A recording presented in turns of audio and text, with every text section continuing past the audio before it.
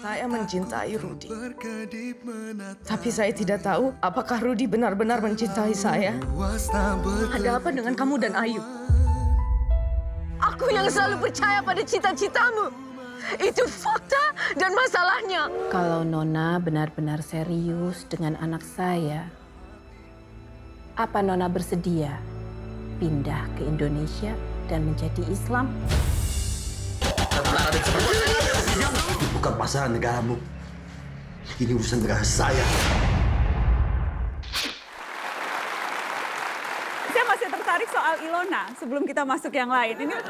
Ini karena ini banyak yang belum tahu soal Ilona ini. Ya. Jadi tolong Pak Habibie belak-belakan lah malam ini soal Ilona. Saya bilang. Kita ada fotonya juga Pak Habibie. Ya, Ilona itu. Jadi Ilona itu pacar Pak Habibie atau bukan? Ilona itu. Yang di tengah itu kan Pak? Yang di tengah itu memang waktu itu pacar saya.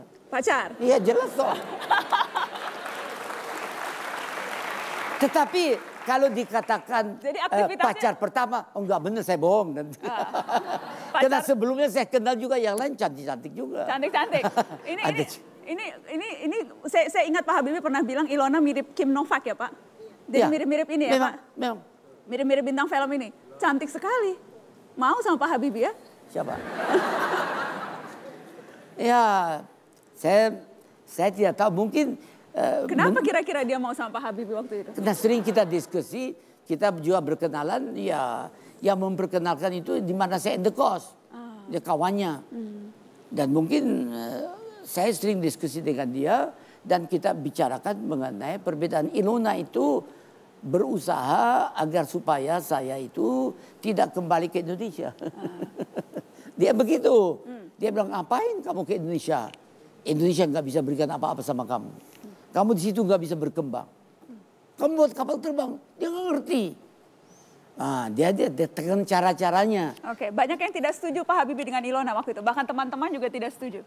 Saya rasa hampir semua tidak setuju. Hampir semua tidak setuju? Tidak ada yang setuju saya rasa. Dia sabot itu terus. Bagaimana Bu Lela dulu tidak setuju Pak Habibie dengan Ilona? Tidak. Tidak? Karena saya bilang sama Pak Habibie, kamu tuh nanti jadi pemimpin di Indonesia, nggak pantas punya istri bule. Jadi langsung? Langsung. Tapi alasannya ya perempuan bule ini pinter. Loh, kalau saya nggak pinter kan juga saya nggak bisa keluar negeri, saya bilang. Emangnya cuman bule-bule yang pinter? Yes.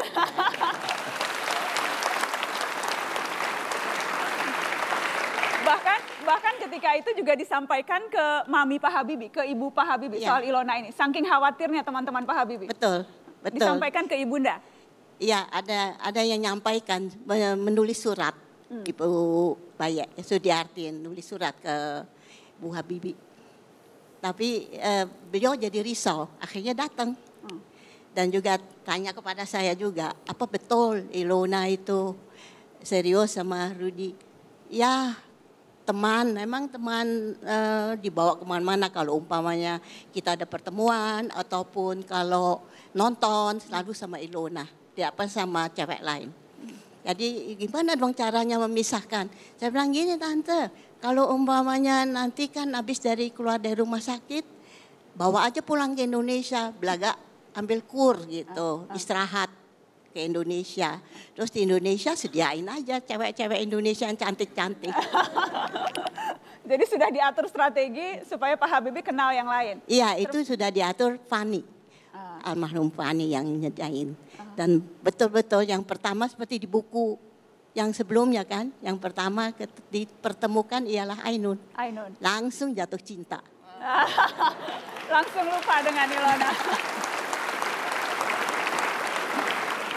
Pak Habibie, jadi ketika Mami Pak Habibie datang ke Jerman, justru yang ditemui pertama Ilona? Saya diceritakan begitu, saya tidak tahu ya. Tapi saya tidak pernah disampaikan oleh ibu saya bahwa dia bicara dengan Ilona. Saya tidak tahu. Saya tahu bahwa ibu saya bertemu dengan Ilona dan apa dia bicarakan baru tahun yang lalu. Waktu membuat skrip itu. Dalam skripnya itu ibu saya ketemu Ilona. Saya bilang, dari mana kamu tahu ini?